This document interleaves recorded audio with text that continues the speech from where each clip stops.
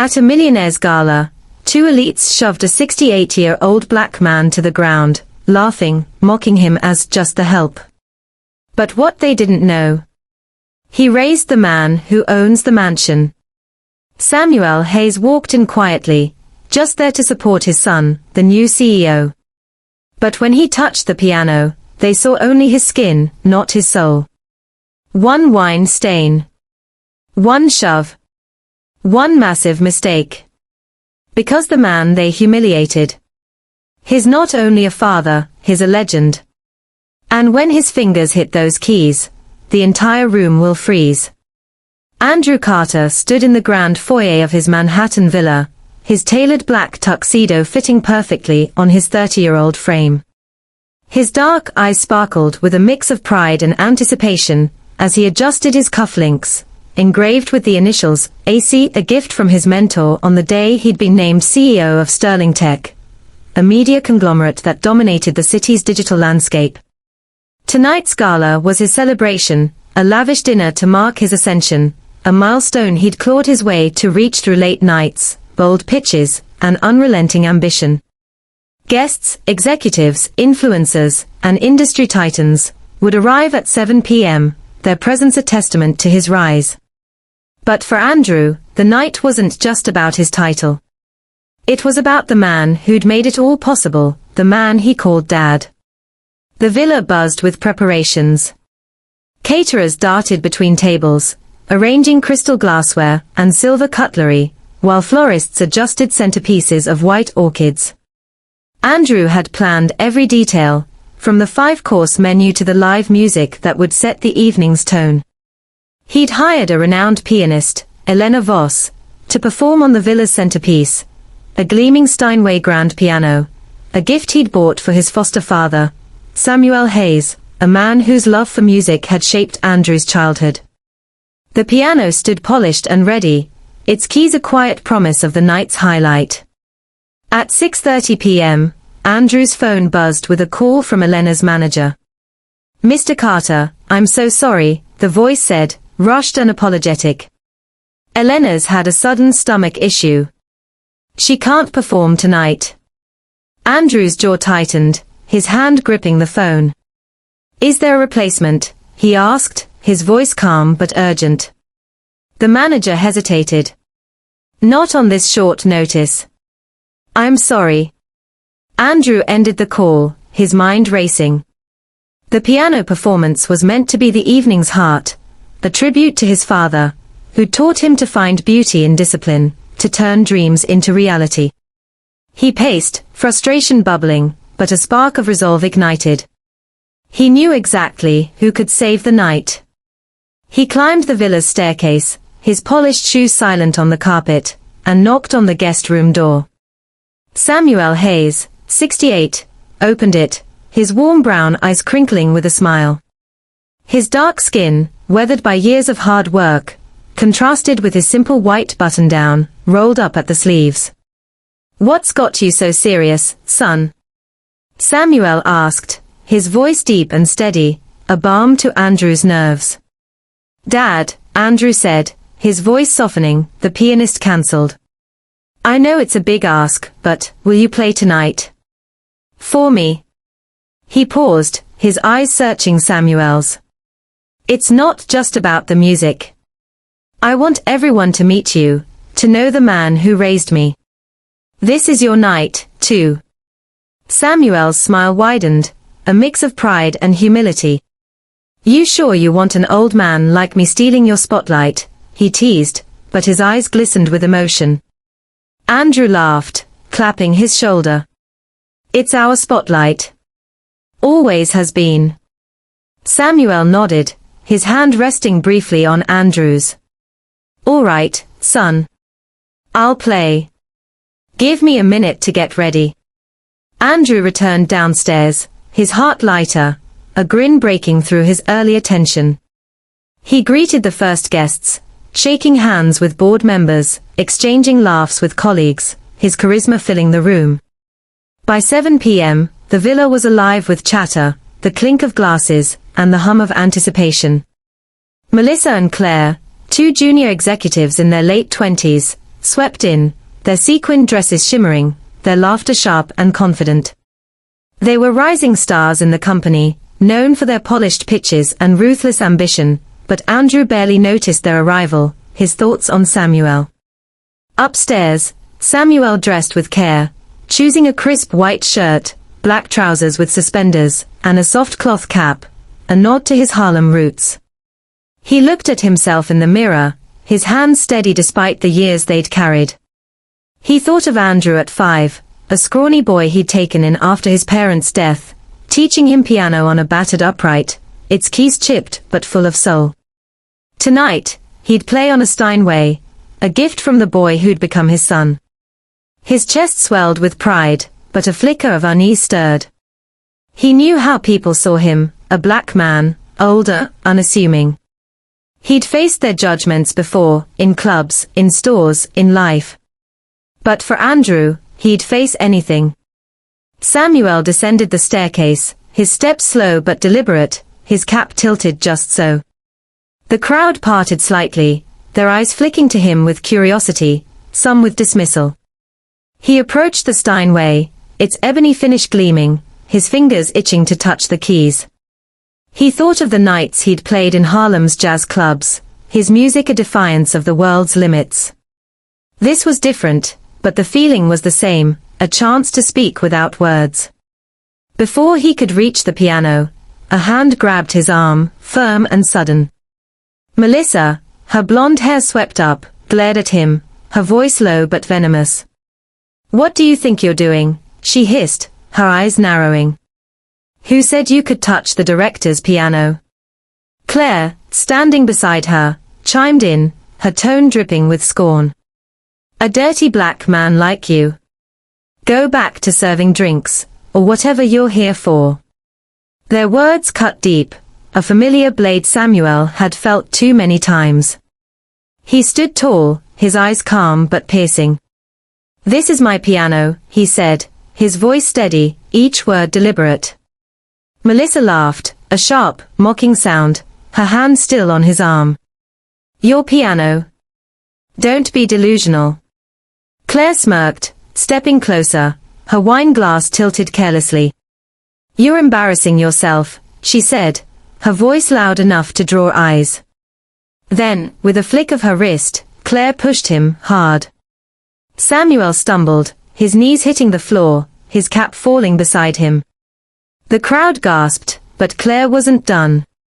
She tipped her glass, red wine splashing across Samuel's white shirt, staining it crimson. "Since you're so free," she said, her voice cold, "clean this up." Melissa crossed her arms, her laughter ringing out, joined by Claire's. They stood over Samuel, their dresses glittering, their faces smug, oblivious to the shadow approaching. Andrew, drawn by the commotion, pushed through the crowd, his face paling as he saw his father on the floor, wine dripping from his shirt. The room spun, his heart pounding with a fury he'd never known. The night he'd planned, a celebration of his rise, a tribute to his father, was unraveling, and the women who'd dared to touch Samuel were about to learn who they'd insulted. Samuel Hayes descended the staircase of Andrew Carter's Manhattan villa, his steps deliberate, his cloth cap tilted just so. At 68, his dark skin bore the lines of a life well lived, his white shirt crisp despite its simplicity, his suspenders a nod to the Harlem he'd once called home. The Steinway grand piano waited below, its ebony finish gleaming, a gift from Andrew, the boy he'd raised from age 5. Samuel's heart swelled with pride, not for the instrument, but for the man his son had become, now CEO of Sterling Tech at 30, hosting this gala to celebrate his rise. Tonight, Samuel would play, not just to fill the void left by the cancelled pianist, but to honor Andrew's request. "I want everyone to meet you, Dad." He adjusted his cap, his fingers steady, ready to share his music, his truth. The crowd buzzed with laughter and clinking glasses, executives and influencers mingling, their voices a hum of power and privilege. Samuel moved through them, his presence barely noticed, his simple attire a stark contrast to their tailored suits and sequined gowns. He thought of the nights he'd played in Harlem's jazz clubs, his fingers dancing over chipped keys, his music a defiance of the world's limits. This was different, a room of strangers, many who'd never seen a man like him as anything but background. But for Andrew, he'd face it all. He reached the piano, its keys inviting, his hand hovering over the ivory. Before he could touch them, a sharp grip seized his arm, yanking him back. Melissa, a junior executive of 28, stood before him, her blonde hair swept into an elegant updo, her sequined dress catching the light. Her blue eyes blazed with anger, her voice low but venomous. "What do you think you're doing?" she snapped, her grip tightening. "Who gave you permission to touch the director's piano? This isn't your place." Claire, her brunette friend in a sleek red gown, stepped forward, her wine glass tilted carelessly in her hand. "A dirty black man like you," she added, her tone dripping with scorn. "Go do your job, serve drinks, clean tables, whatever they pay you for. Don't touch what doesn't belong to you." Her words landed like blows, each one a familiar sting Samuel had felt in countless rooms, from Harlem to Manhattan. The crowd nearby quieted, their eyes flicking to the scene, some curious, others indifferent. Samuel stood tall, his gaze calm but piercing, his voice steady despite the insult. "This is my piano," he said, each word deliberate, carrying the weight of truth. Melissa's laughter erupted, sharp and mocking, her hand still on his arm. "Your piano," she scoffed, her voice loud enough to draw more eyes. "Don't be delusional. You're embarrassing yourself." Claire smirked, stepping closer, her wine glass glinting. "You think you're some kind of artist? Look at you, dressed like a janitor, pretending you belong here." Samuel's chest tightened, not from fear but from the weight of their ignorance. He thought of Andrew, who'd begged him to play, who'd called this night a tribute to their bond. He thought of the old upright piano in their Harlem apartment, its keys worn from years of lessons, where he'd taught Andrew his first chords. This Steinway was Andrew's gift, a symbol of their shared journey, and these women dared to reduce him to nothing. Before he could respond, Claire's hand shot out, pushing him hard. Samuel stumbled, his knees hitting the floor, his cap tumbling beside him. The crowd gasped, a ripple of shock spreading, but Claire wasn't done. She tilted her wine glass, red liquid splashing across Samuel's white shirt, staining it crimson, soaking through to his skin. "Since you're so free," she said, her voice cold, her lips curling into a sneer, "clean this up. That's what you're good for, right?" Melissa crossed her arms, her laughter ringing out, joined by Claire's, their faces flushed with triumph. They stood over Samuel, their dresses glittering, their posture defiant, as if daring anyone to challenge them. The crowd watched, some whispering, others turning away, unwilling to intervene. Samuel knelt, his hands trembling as he reached for his cap, his shirt dripping with wine. He thought of his days in Harlem, playing for crowds who'd cheered his name, only to face slurs and shoves outside the club. He'd endured it then, for his music, for his survival. Now, he endured it for Andrew, whose night was meant to shine. He lifted his eyes, meeting Melissa's, then Claire's, his gaze unwavering. "You don't know who I am," he said softly, his voice carrying a quiet strength that made them falter for a moment. Melissa recovered, her laugh forced. "We know enough," she said, her voice sharp. "Tell the director you tried to ruin his piano, and you're done here." Claire nodded, her smirk returning. "Run along now, before we make this worse." Samuel rose slowly, his shirt stained, his cap in hand, his dignity intact despite their efforts. He thought of Andrew's words upstairs, "It's our spotlight tonight." He wouldn't let these women steal it, not from his son, not from himself. He took a step toward the piano, his resolve hardening, but Claire blocked him, her wine glass empty now, her eyes glinting with malice. "Don't test us," she warned, her voice low. "We'll have you thrown out." The tension hung thick, the crowd's whispers growing louder, their eyes locked on the scene. Samuel stood still, his heart steady, his mind clear. He'd faced worse than this, men who'd spat at him, clubs that had barred him, a world that had tried to break him. He'd survived it all, raised a son who'd risen to the top, and tonight, he'd play, no matter what they threw at him. From the edge of the crowd, a figure moved, swift and purposeful. Andrew Carter pushed through, his tuxedo sharp, his face tightening as he saw Samuel on the floor, wine staining his shirt, Melissa and Claire standing over him like victors. His heart pounded, a fury rising that he'd never felt before. The night he'd planned, a celebration of his rise, a tribute to his father, was unraveling, and the women who'd dared to humiliate Samuel were about to face the consequences of their cruelty. The air in Andrew Carter's Manhattan villa crackled with tension, the clinking of glasses and murmurs of the gala's elite guests fading into a stunned hush. Samuel Hayes, 68, knelt on the polished floor, his white shirt soaked with red wine, his cloth cap beside him, knocked off when Claire, a junior executive, pushed him down. Her mocking words, "Clean this up. That's what you're good for," still hung in the air, echoed by Melissa's sharp laughter. The two women, both 28, stood over him, their sequined dresses glittering, their faces smug, oblivious to the gravity of their cruelty. Samuel's dark eyes remained steady, his hands trembling as he clutched his frayed handkerchief, wiping at the wine staining his chest. He'd faced this before, slurs, shoves, the world's dismissal of a black man daring to exist, but tonight, in his son's home, the wound cut deeper. Andrew Carter, 30, CEO of Sterling Tech, pushed through the crowd, his tuxedo sharp, his face paling as he saw his foster father on the floor. His heart pounded, a fury rising like a storm, drowning out the chatter of board members and influencers. He'd planned this night to celebrate his rise, to honor Samuel, the man who'd raised him from age 5, who'd taught him piano on a chipped upright in Harlem. The Steinway Grand, now mere feet from Samuel, was Andrew's gift to him, a symbol of their bond. To see him humiliated, wine dripping from his shirt, was a betrayal of everything Andrew had built. "Dad!" Andrew shouted, his voice raw, cutting through the silence.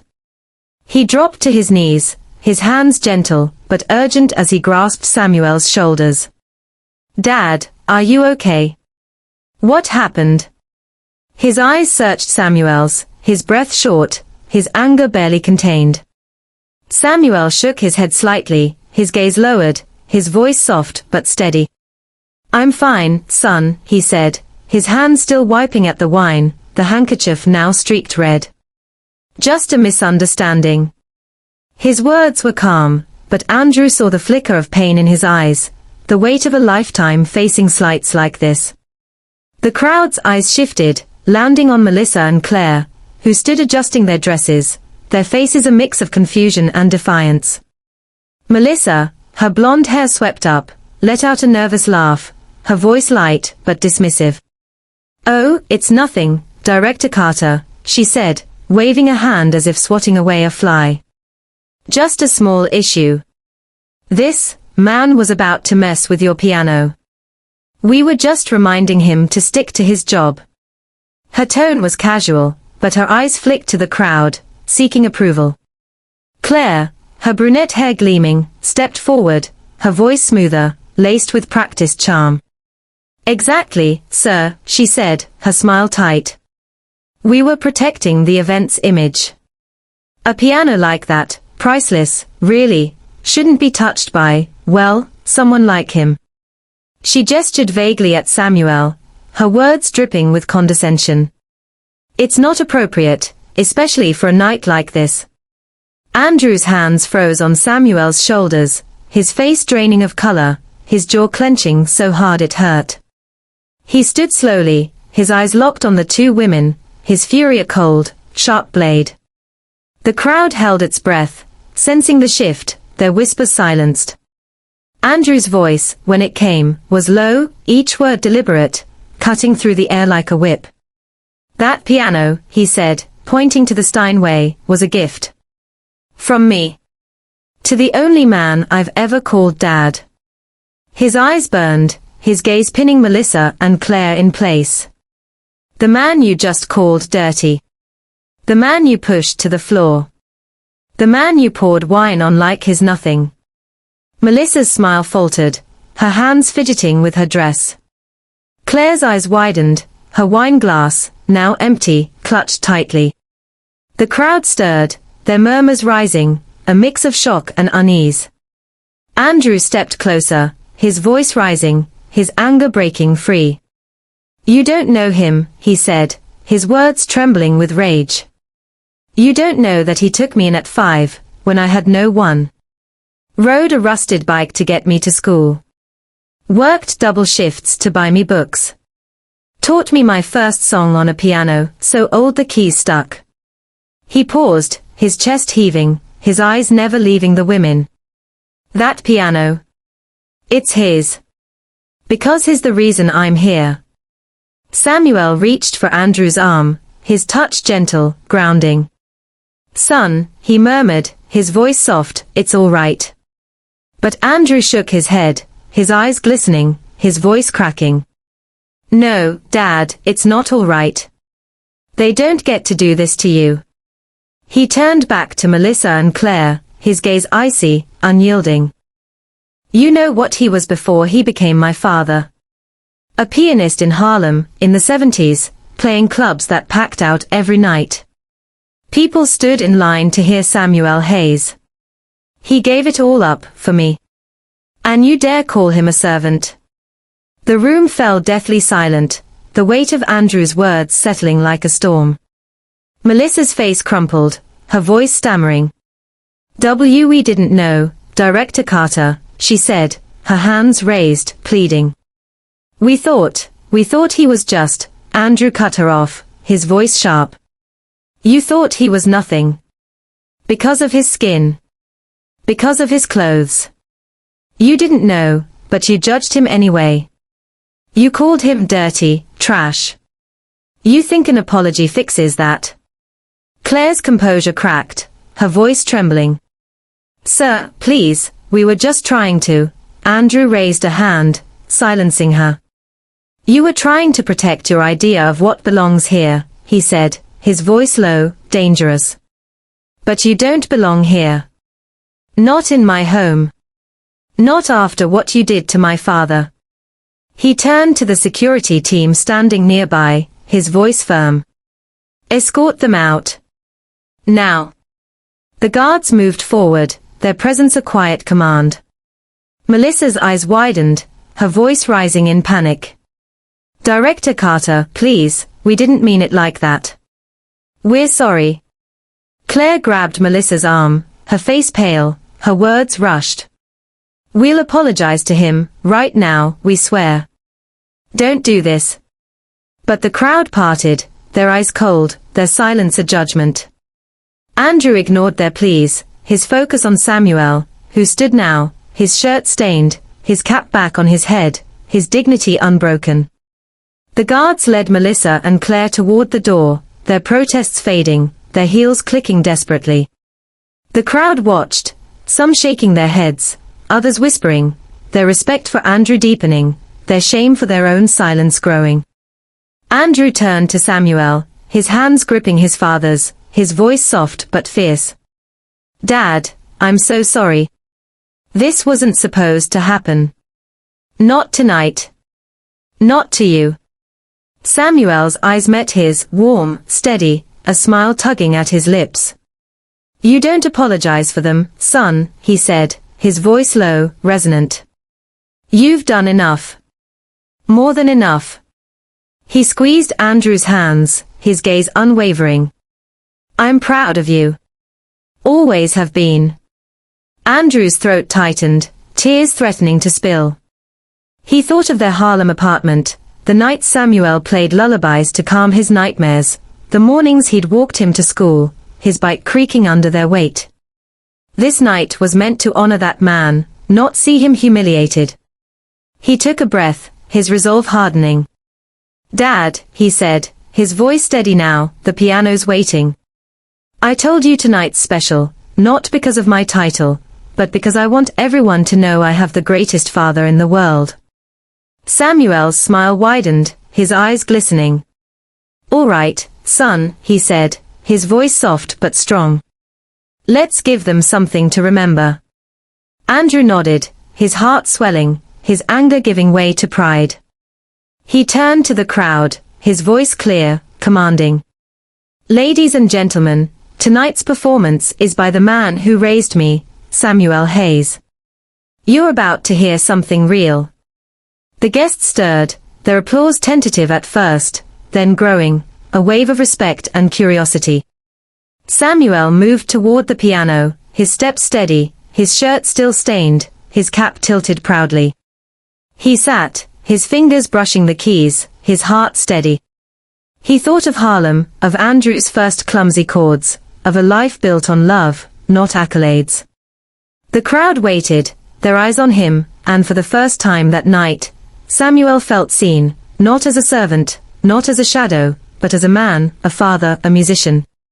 Samuel Hayes sat at the Steinway Grand, his wine-stained shirt a badge of endurance, his cloth cap tilted proudly. At 68, his dark hands rested on the keys, steady despite the humiliation he'd faced, Melissa and Claire's slurs. The wine splashed on him, their push that sent him to the floor. Andrew Carter, his foster son, stood nearby, his 30-year-old face glowing with pride, his fury at the women's cruelty now channeled into this moment. The gala's elite crowd, chastened by Andrew's rebuke, watched in silence, their earlier whispers of dismissal replaced by anticipation. Samuel's fingers pressed the first note, a low, resonant chord that silenced the last murmurs. The melody unfolded, slow and soulful, each note carrying the weight of Harlem's jazz clubs, where Samuel had once played to roaring crowds. He thought of Andrew at 5, learning these chords on a chipped upright, his small hands guided by Samuel's. The music swelled, proud and unyielding, a defiance of every slur he'd endured. The crowd leaned in, their eyes fixed on him, some with tears, others with shame for their earlier indifference. Andrew's gaze never left his father, his heart swelling with love, his voice echoing in his mind. "I want them to know I have the greatest father." Samuel's hands danced, the Steinway's keys alive under his touch, the music a testament to a life of sacrifice, giving up fame to raise a boy who'd become a CEO. The final notes lingered, soft but powerful, and the room erupted in applause, guests standing, their claps a wave of respect. Samuel rose, his eyes meeting Andrew's, a smile breaking through his weathered face. Andrew stepped forward, embracing him, his voice choked. "You did it, Dad. They see you now." The crowd surged, offering handshakes, apologies, their earlier judgments shattered. Samuel nodded, his dignity unbroken, his music louder than any insult. Andrew turned to the guests, his voice clear. "This is my father, Samuel Hayes. Tonight's for him." The applause roared again, a celebration not of Andrew's title, but of a bond forged in love, resilience, and truth. Thank you so much for listening. If you have any thoughts or opinions about this story, feel free to leave a comment below. I'd love to hear what you think. And if you enjoyed it, don't forget to give it a like and subscribe to our channel to support us. Your support means the world. Thank you again.